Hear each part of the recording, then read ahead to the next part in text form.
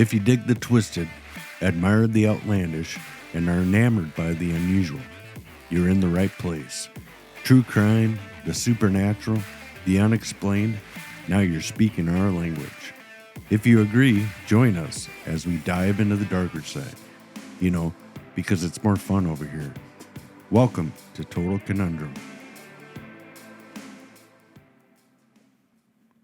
Warning, some listeners may find the following content disturbing. Listener discretion is advised. Ha ha ha ha. Greetings, fellow conundrum enthusiasts. It's your favorite podcast host, Jeremy and Traci, back for another mind-bending episode of Total Conundrum.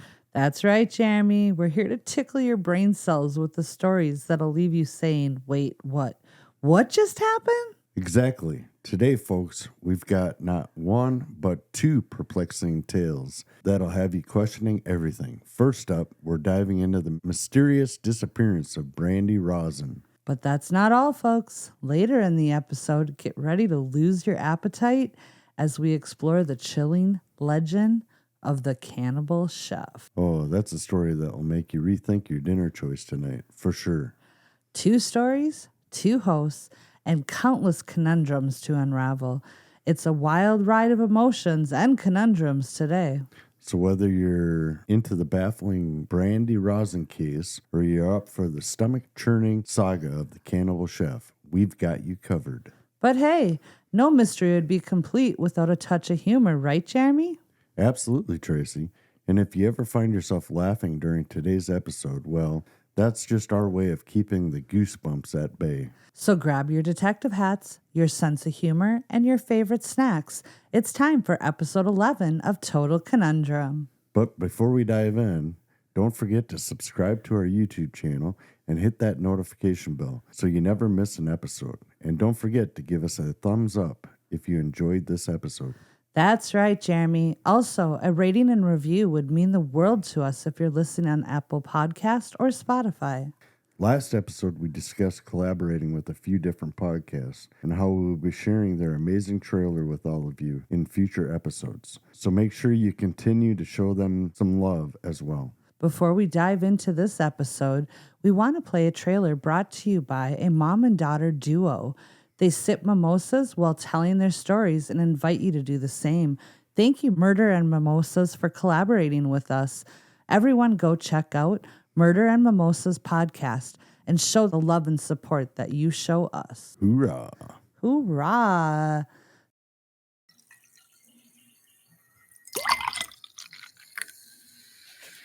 Welcome to Murder and Mimosas. I'm Shannon. And I'm Danica. Together as a mother and daughter duo, we host Murder Mimosas, true crime podcast with an episode released every Saturday at 10 a.m. so you can listen to it during prime brunch time. While we don't require a mimosa, we do highly recommend one. All of our episodes are cases that we found really interesting or just really stuck with us because we hope they'll do the same for you. You can listen to us on Spotify, Apple Podcast, or wherever you listen to your podcasts. So, as we stated, I'm going to be kicking it off with a story about Brandy Rosine.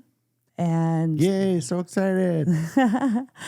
This is from a documentary that I watched, and it's a multi-part documentary, and it's called How I Caught My Killer. Another tragic and depressing case. Thank you, Traci. I'm sorry, but these documentaries or these stories are how the victim helped catch their killer from beyond the grave. Ooh, that's exciting. Yeah, there's a little bit of a twist to it.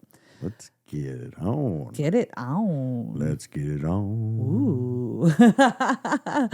So, like I said, this is from How I Caught My Killer, Season 1, Episode 3.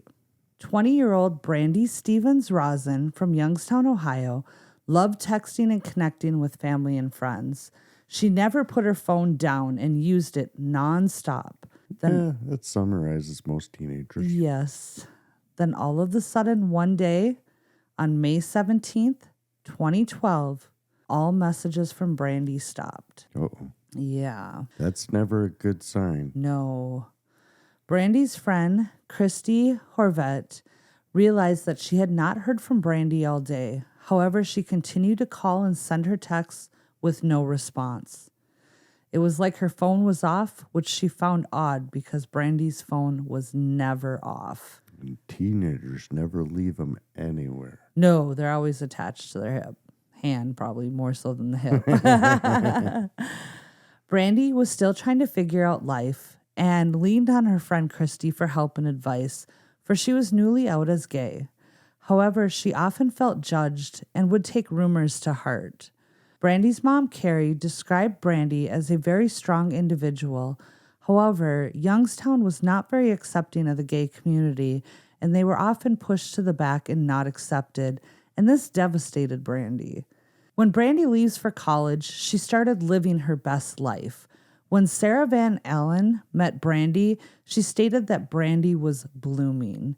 She was confident in herself. She was ready to date. However, she said that she was a hopeless romantic with much love to give, and she wanted to find the love of her life.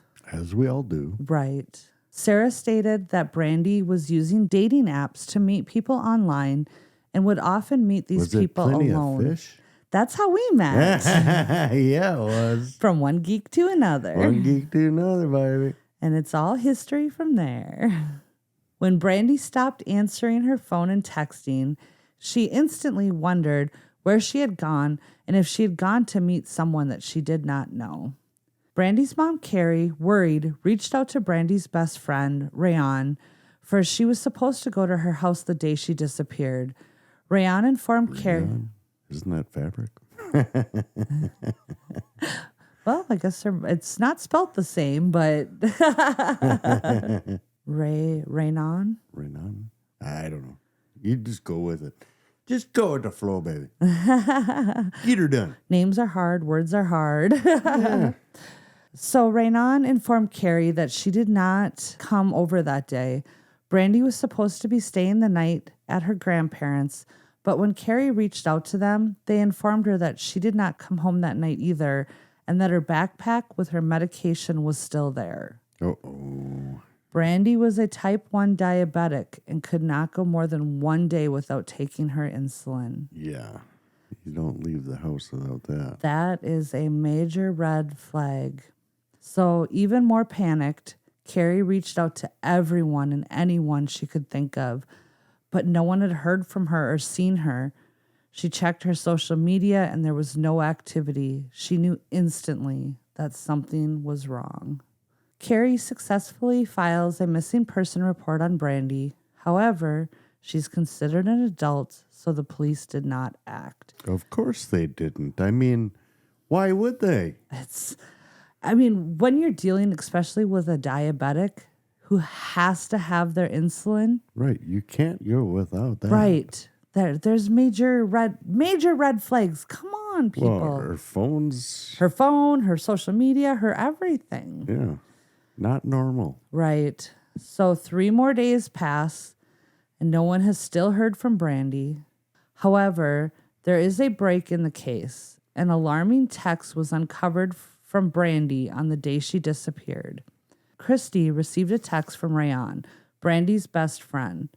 She told Christy that Brandy had sent her a text on Thursday, the day she vanished, stating that she was going to Boca Raton, Pennsylvania. She told her to not tell anyone, and Rayon was covering for her. But after it became more clear that something had truly happened to Brandy, she broke her promise and shared the text information with Christy. I wish that, hindsight being 2020, break that trust earlier. 3 days, that's a long time. Well, and it's odd if it's told by somebody else. Right. Why wouldn't she have just told her? I don't know her name. Rayon or Brandy? No. Oh, Christy, the third friend? Okay, yeah. Yep. The one that's looking for her. Yep. So, why wouldn't Brandy have told Christy what her plan was if that was a thing? Right. I'm not sure why only Rayon was the only one that got the text from her. But then again, the going back to the phone, Would she run away without her phone and her medicine still? I doubt it. Not Yeah. not from what it sounds like with this girl. So Brandy had sent the address to Rayan that she was going to, but also in another text, she told her that she had a funny feeling. Then shortly after, she sent the text saying that she was given the wrong address and was headed home. This string of texts made Christy very nervous. So the address, Rayan has the address, but Brandy said that it was the wrong address and she was heading home, but she never made it home. So Christy then acts independently since the police would not follow up on this lead. They were still not investigating the case, so she got into her car by herself, put the address in the GPS, and started out to find Brandy. She knew she had to go there to see where she went and to search for her. Good on you, Christy, for trying to do something to, move forward with this case. But girl, don't go alone. Don't ever go alone. Brandy's ex-girlfriend, Jade, lives in Boca Raton. Brandy met Jade on a dating app. Their relationship was very hot and cold, on again, off again. First they would fight, then they would make up, but even her friends said it was enough. Finally, after a year, their relationship came to a cold and cruel end in 2011. Brandy came home from work, and Jade was gone, along with the $300 she had taken from Brandy and Brandy's iPod. Brandy struggled for a few months and was very down after this breakup.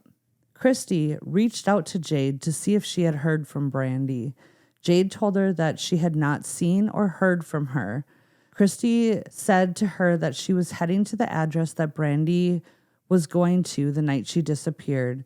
Jade told her to be careful because people around here don't like gays. Philadelphia had a rise in violence and hate crimes against the LGBTQ community over the last decade. Christy began to worry and thoughts were running through her head. Was it possible Brandy could have encountered someone who didn't like gay people? If Brandy was not visiting Jade, could she have been catfished? Could they have lured her out into the country and hurt her? There were so many questions going through Christy's head. Could be anything. Right. That's why you need the police. The police need to be doing something. They need to get off their dough and eating asses. And I don't understand in most of these cases that we do, they're just not there. No. Christy was out in the middle of nowhere. It was very desolate. She did not see any sign of Brandy or her car. She was getting very nervous because she was driving down dirt roads and her GPS seemed kind of off. She can't see the addresses for the houses and they're so far off the road. As she approached the address in her GPS, it feels very eerie.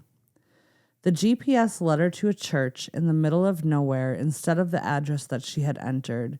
She wondered if that's where Brandy's GPS had also led her. Was Brandy set up? Was she taken from here?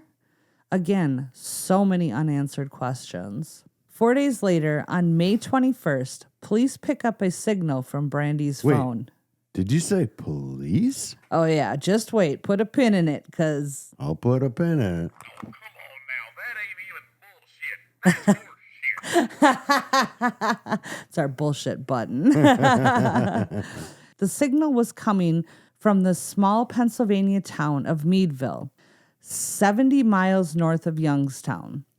Police were still not actively searching for her. Could I get a cup of mead, please? They passed this information on to Brandy's mom. Carrie could not understand why the police were still not looking for her daughter. Regardless, they had a glimmer of hope. Maybe Brandy turned off her phone and perhaps she just lost it, or maybe the battery was dead. Carrie and Christy immediately drove to where Brandy's phone had last pinged. It led them to a dead-end street that had a wastewater treatment center. Her mom called her phone repeatedly and nothing. The ping literally led them to a dead end. Hey, did somebody fart? The water treatment facility. It was a little stinky.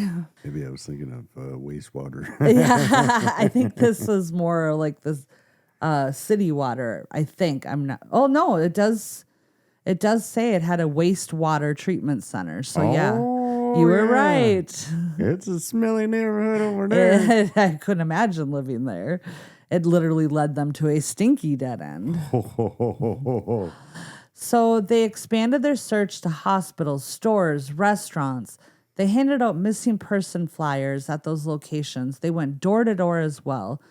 Their searches came up empty, and they were back to square one, with the police still not engaged in the search. Of course. Of course. On the 5th day, Carrie and Christy are determined to find the address, so they return to Coca Raton, where mother's intuition, or maybe a better GPS, a road that previously led them to nowhere, now leads them to a house. Nice. Yes. When they pulled up to the house, there was an older man on the stoop with Jade and Ashley Barber beside him. Ding, ding, ding, ding, ding, ding, ding. Uh-oh. Yep.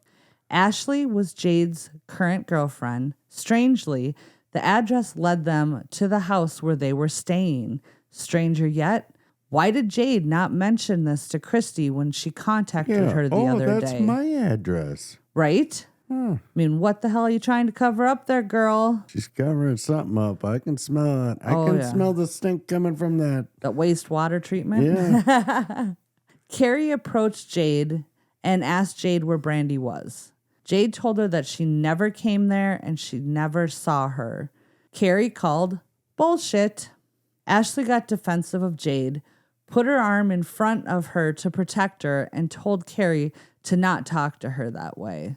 Christy could not believe how distasteful it was to act like a tough guy to Carrie when she was missing her daughter. Her initial reaction to Ashley was that she was not a good person at all. Carrie repeated that Brandy texted that she was coming to their address.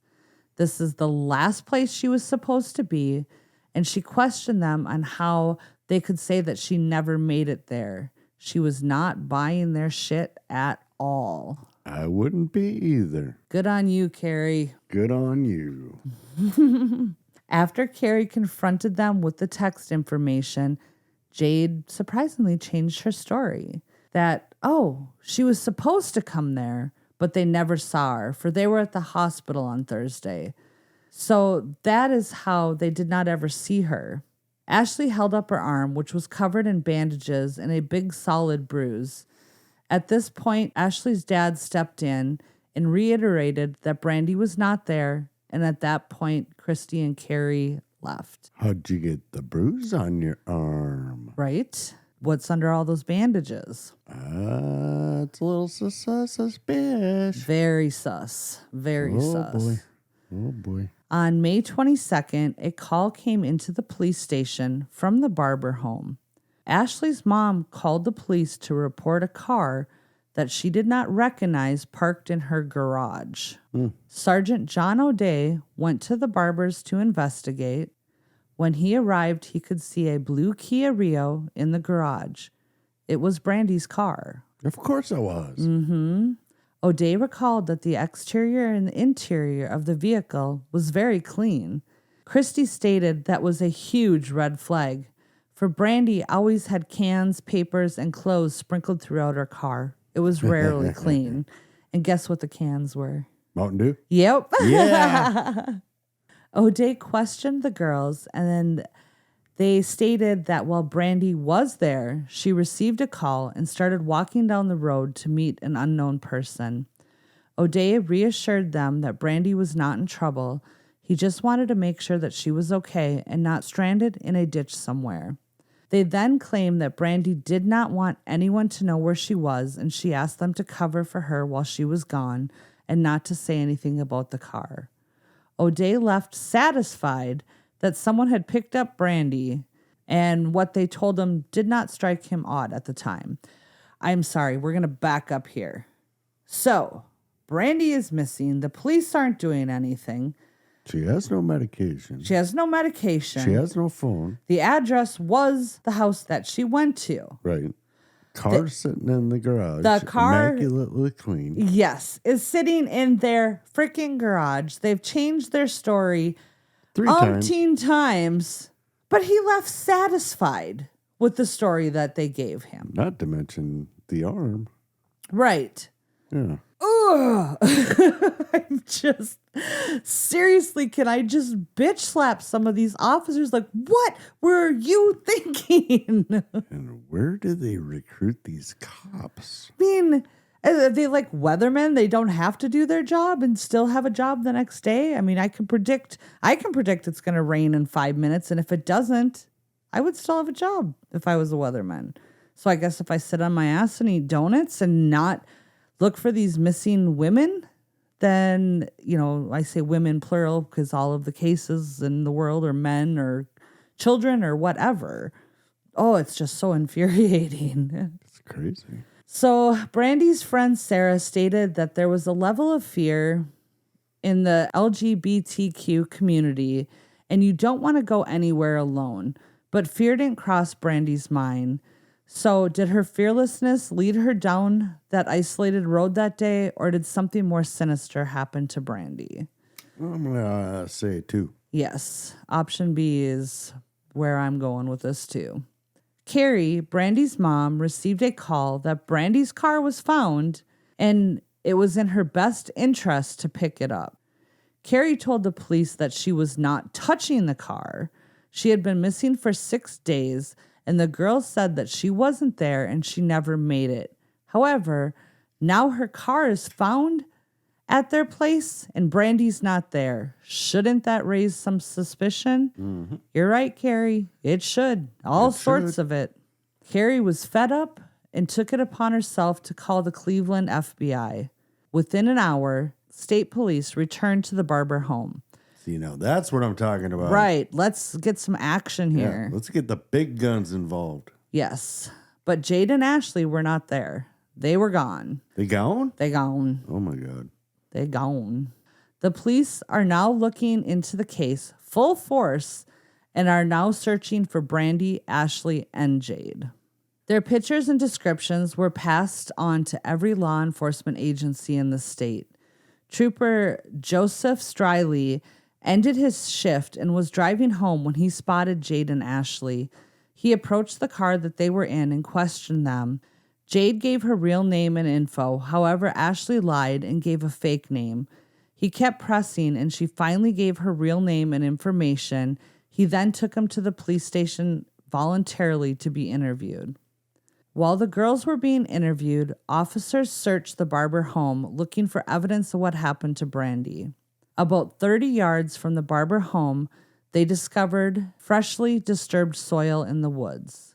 The ground was loose and it was not compacted, indicating it was newly dug. They investigated the area further, called in the local medical examiner, Scott Schell, to aid in the investigation. Schell said it was about a 10-foot by 10-foot area that appeared to be all freshly disturbed ground. Schell requested that they bring in scene lighting for it was starting to get dark, and they dug out the dirt handfuls at a time. Approximately 20 inches down in the dirt, they found Brandy. Schell said that he could immediately see that there was distinct signs of a struggle and a battle. Brandy's mom, Cindy, was notified at 2 a.m. that they had found Brandy's body. Trigger warning, the details I'm going to tell you exhibit extreme violence. Both Jade and Ashley say that they will tell the truth about what happened. However, the truth is absolutely horrifying. Jade said that when Brandy arrived, she met her at the edge of the woods. She told her she wanted to show her a fort in the woods. As Brandy entered the woods, Jade hit Brandy in the head several times with a shovel. They then tied a rope around her neck and strangled her. Then they rolled her into a pre-dug grave, took a big rock, threw it on her face, and buried her. They are just pure evil. Yeah.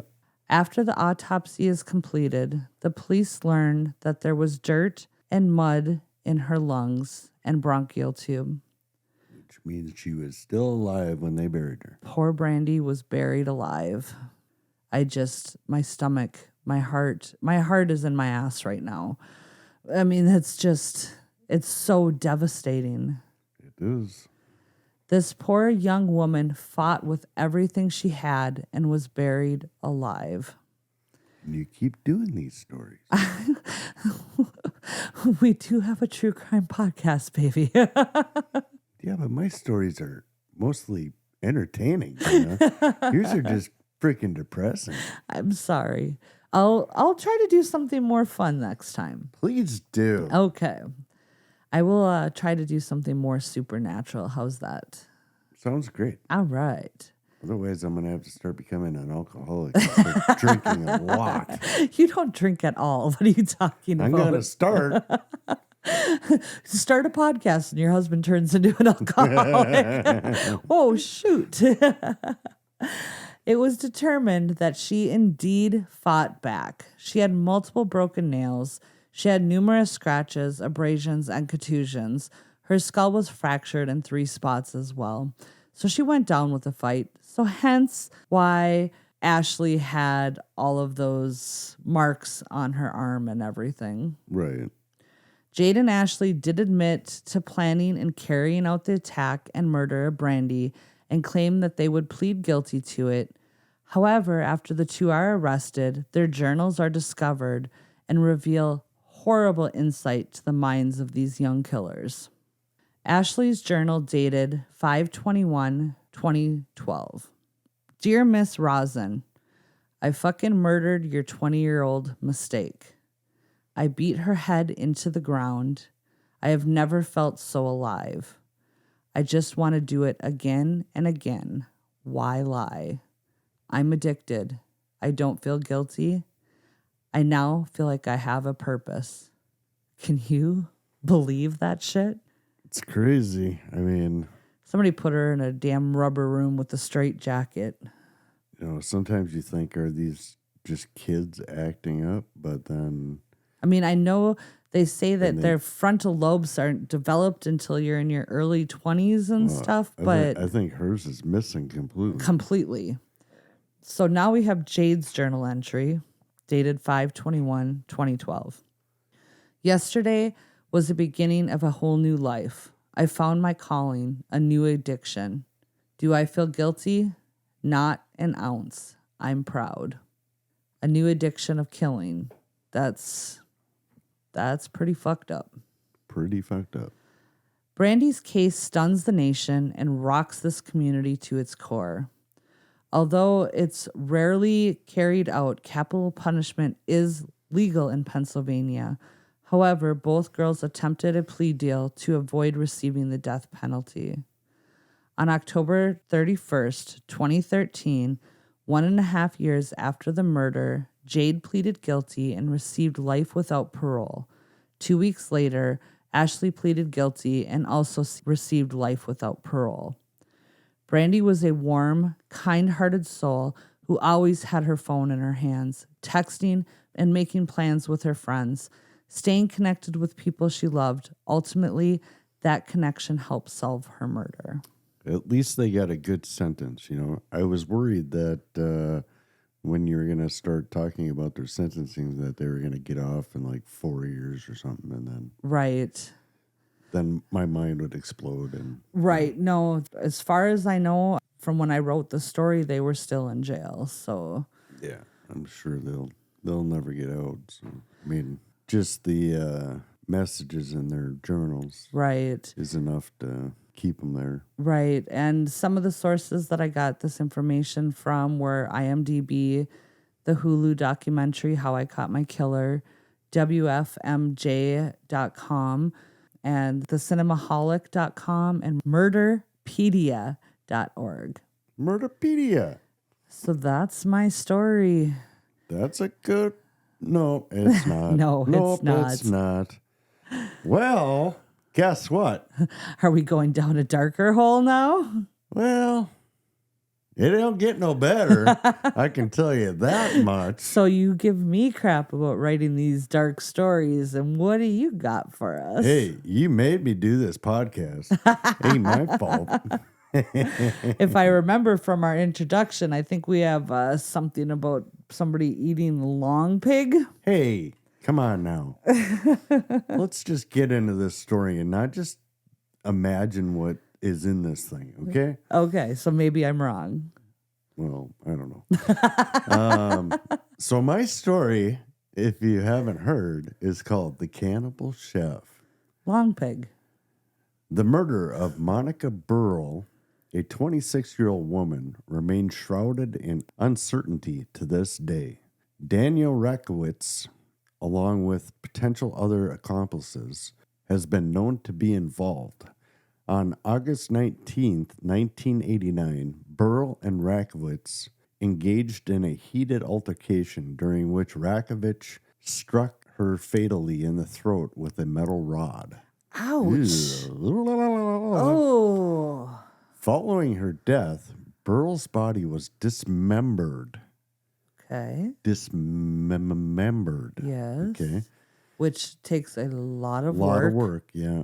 And the remains were subjected to boiling in the kitchen of her Lower East Side apartment. So Rakowitz, a prominent figure in the neighborhood, and He was a prominent figure? well, in his tent city Okay. that occupied Tompkins Square Park at the time, openly discussed Burrell's disappearance when questioned by concerned neighbors. Surprisingly, although news of her death seemed to circulate within the community, no one reported it to the police. Not a single soul. Nobody reported her missing at all? Nope. So we can't even blame the police this time. It's her friends suck. Correct. Yep. Well, the neighbors Or too. neighbors, family. Everybody. Everyone else sucks. Because he was basically telling everybody. I don't think a lot of people actually believed him, though. But surprisingly, although the news of her death seemed to circulate within the community, no one reported it to the police, and it would be nearly a month before an arrest was made in connection to the murder. Long time. Yeah. Yeah. Among the grisly rumors surrounding Burrell's murder is the claim that Rakowitz cooked her remains in a pot of soup and fed it to the homeless residents in Tompkins Square Park. No. Yeah. No freaking way. He fed it to other people without them knowing? Yep. Long pig soup Oh my. with a little Chianti and some fava beans. Oh no. Yeah. Yeah. That is Horrifying. I am speechless, which never happens. Oh my God. So And you're talking about my story? it is possible that this rumor originated from Rakowitz's habit of cooking pots of food, often shared them with squatters inhabiting Tompkins Square. Well, how many other people did he feed them? I don't think any others, but you just don't know. You don't know. I mean, he seemed to do that pretty effortlessly. Yeah. We'll get into that. Okay, Yeah. I put a pin in it. We'll get into it. However, during Rakowitz's trial, one of the homeless individuals testified that he discovered a human fingertip in a bowl of soup served by Rakowitz. I'm going to have to move my garbage can closer. You need a barf bag? My mouth is salivating. I'm going to puke. Although Rakowitz admitted to dismembering Burrell, he denied feeding her remains to others. Then where'd the fingertip come from? Maybe himself. I don't know. At the time of the murder, Rakowitz was 28 years old, and he and Burrell had initially crossed paths in early August of 1989. While sharing a joint in Tompkins Park, Rakowitz, a drug dealer and part-time dishwasher without a permanent residence, relied on his friend's couch for accommodations. So she shared her couch with him. No, No? I don't think it said that, did it? Well, I was just assuming because he was in her apartment. So I went under the assumption. I was like, oh, that dirty bastard. She gave him a couch to sleep on. And No, this was some of his so-called friends. Okay, sorry. Burrell, a Swiss national, had recently relocated to New York from a small town in the Swiss Alps. She pursued studies at the Martha Graham Center of Contemporary Dance and supported herself by working in a topless bar. The two became romantically involved, and Rakowitz swiftly moved into Burrell's Lower East Side apartment, which she shared with several other people. Their relationship as roommates and lovers endured for a few weeks, until Burrell decided that Rakowitz needed to vacate the premise. The conversation escalated into an argument during which, according to police reports, Rakowitz struck Burrell in the throat and subsequently carried her to the bathtub, where he repeatedly stabbed her with a carving knife, inflicting more than 30 wounds. Jeez. Little overkill there, buddy. Yeah, he went a little cray-cray. Weeks after the murder, Rakowitz brazenly discussed Burrell's death while roaming Tompkins Square Park, divulging the details to anyone who would listen. Eventually, someone alerted the authorities, prompting an investigation that commenced on September 8th of 1989. On September 13th, police arrested Rakowitz at the Brooklyn restaurant where he worked, prompted by a woman who claimed to have seen Burrell's lifeless body. Rakowitz ultimately led the police to a storage locker in the Port Authority bus terminal, where he had concealed Burrell's skull and other bones inside of a bucket of kitty litter. Ugh. In 2004, during Rakowitz's attempt to secure release from psychiatric custody, his ex-wife came forward to share details about their relationship. A psychiatrist's testimony documented her claim, stating that Rakowitz had married her when she was only 14 and exhibited controlling behavior, even chaining her to the refrigerator during his work hours. First off, 14 years old. I don't know how old he was, but ew. Yeah, I'm not sure. It doesn't say. And chaining her to the refrigerator while he worked? Kind of kooky. It's beyond kooky. According to his ex-wife, Rakowitz boasted about previous acts of violence, including decapitating a dog, strangling a prostitute, and gouging out a woman's eye with a screwdriver. Oh my God. Hey. Ugh. Yeah. Crazy dude. The acting director of the Kirby Forensic Psychiatric Center, where Rakowitz was held, testified about his continued display of controlling tendencies, even within a maximum security hospital setting.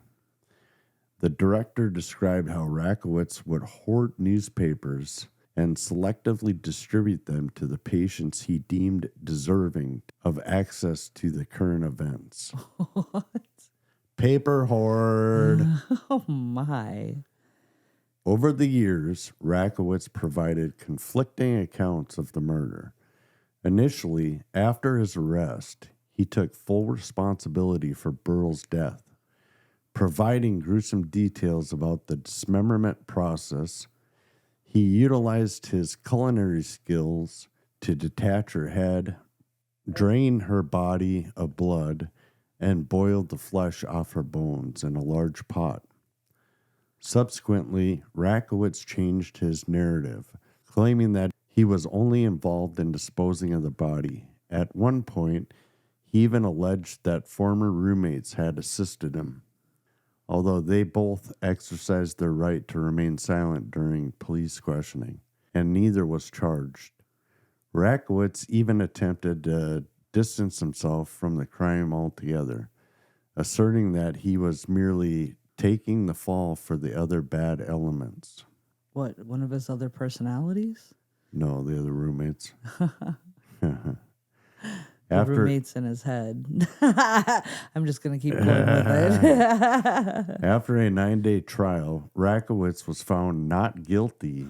What? By reasons of insanity. Oh my fucking God. On February 22nd, 1991, addressing the jury after the verdict, Rakowitz expressed a desire to share a joint with them.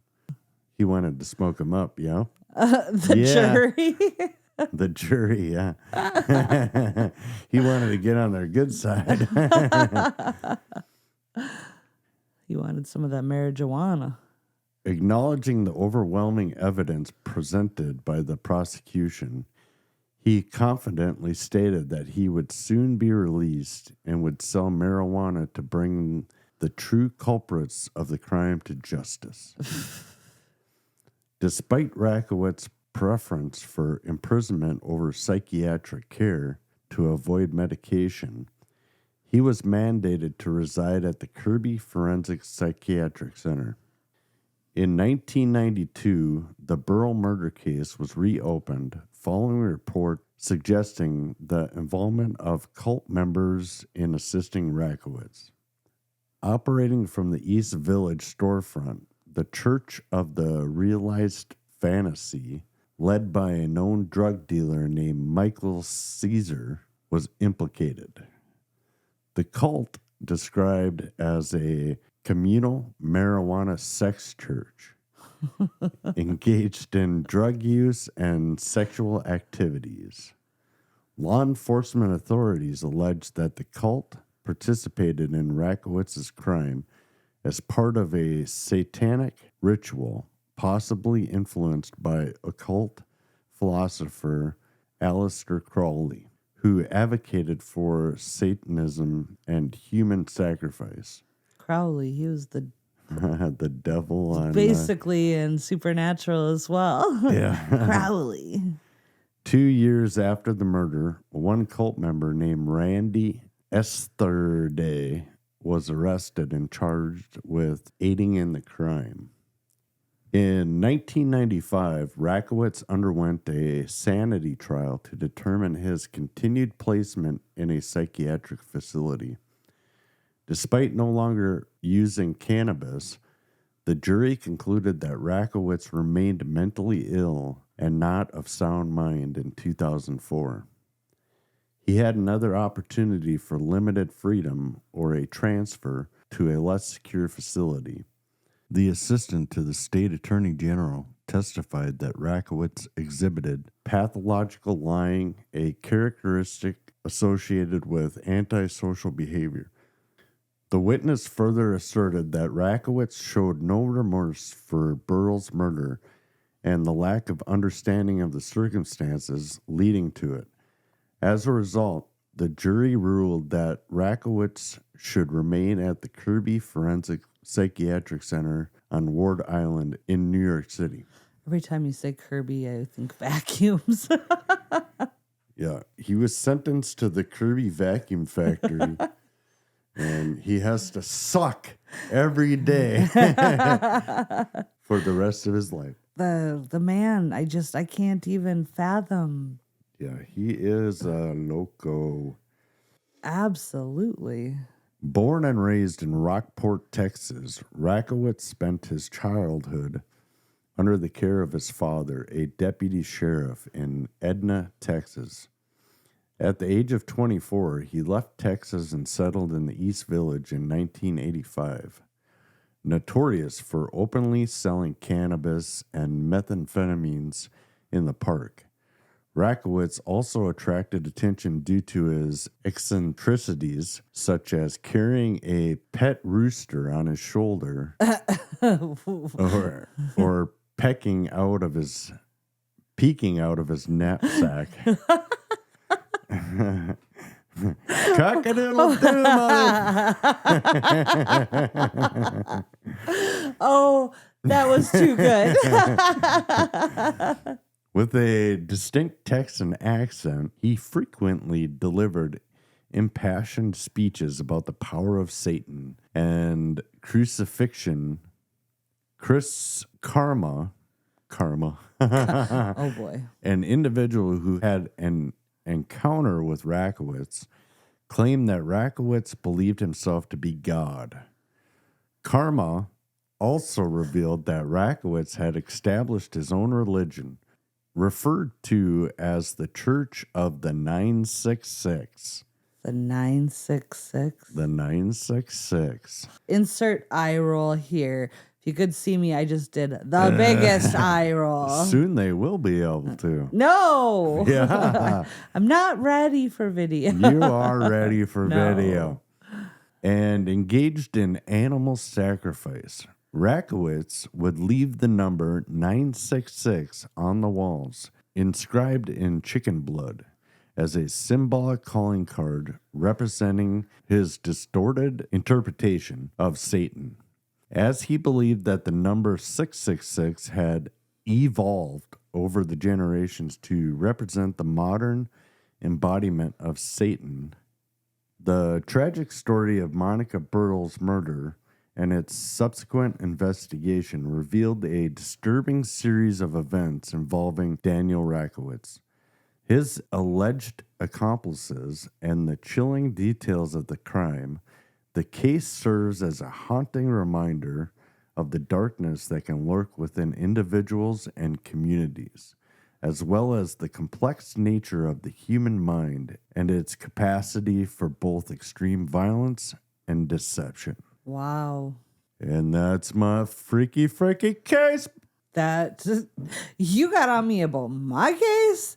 Whoa. Mine was funny. We had some laughs. We Come did on. have some laughs, like the cock on his shoulder. I mean, it's a little gory and it's a little weird. And, you know, a lot of it is not actually proven. Right. Other than the murder itself and the dismemberment. But yeah, the other eating people. of the lung pig is questionable. Oh, my God. Just, ugh. But, I mean, they're homeless. They need to eat something. Baby. What? Just saying, geez. They would probably rather eat out of a dumpster than eat a murder victim. I don't know. Heard it's pretty good. Well, they do say long pig tastes like pork, but not gonna try it. Sorry. Yeah, I probably won't either, but Nope, not happening. what Well, can you do? So, do we have any other news to share or anything like that? Any updates? well, the only thing I really have to say is I put us in this group with a bunch of other podcasters and stuff, a podcast support community on Facebook. Yeah. And I tell you what, I love the podcast community. The people out there are amazing. They are so helpful and they answer so many questions and share information and, you know, collaborating. And so we have lots more trailers that are going to be coming. We have some we're going to have some crossover episodes in the near future. So that's about all I have to say about that. Just, you know, make sure you give these people love and continue to give us love as well. Yep. Show them lots of love, people. And Come on. because of our last episode on The Exorcist, Jeremy and I have figured out that we are going to be a nun and a priest for Halloween this year. Yeah. So we'll be putting on our haunted house for the community, and we do our Halloween party for our friends. So we'll be dressed up and we'll have our Reagan animatronic, which will be pretty cool. I'm excited to kind of set up that scene a little bit. And other than that, do you have any news? Oh, we're going to be going to do some video in the dark at Greenwood Cemetery this weekend. Yeah. And so we'll air that in a few weeks. That shall be fun. And then another thing that I wanted to bring up too is that our contact form on our webpage is currently working. Yay! So if anybody would like to submit user stories. Oh, yes. We need all sorts of stories. True crime, paranormal, cryptids. Ghost stories. Anything. All that good we stuff. want to start doing a monthly episode of listener stories. So please share your stories with us. Any story ideas that you have that you want us to maybe talk about, let us know, people. Yes, definitely. And we will be staying at the Palmer House soon, too. We haven't figured out what date that's going to be yet, but that is going to be another episode that we'll have some video on our Patreon for. Yep. We'll, of course, do the Palmer House story on, our main feed, but that's going to be some fun. It's going to be a good one. So we're excited. Well, I guess that's a wrap then. That is a wrap. All right, everybody. Love you. Goodbye. Love you. Smell you later. Bye-bye. Thanks for hanging out with us here at Total Conundrum. Please make sure to check out our website and blog at TotalConundrum.com for news, upcoming events, merch, bloopers, and additional hysteria. You never know what will pop up, so be sure to follow along. If you want to show your support for Total Conundrum and gain access to all of our bonus content, please visit our Patreon page. You can also follow us on Facebook, Instagram, and Twitter. The links are available in our show notes. If you have any questions, comments, recommendations, or stories to share, please email us at contact@TotalConundrum.com. Episodes are available on Apple Podcast, Google Podcast, Spotify, or wherever you listen to your favorite podcasts. If you like the show, please rate, review, and subscribe on Apple Podcasts. We appreciate the love. Keep on creeping on, mother cluckers.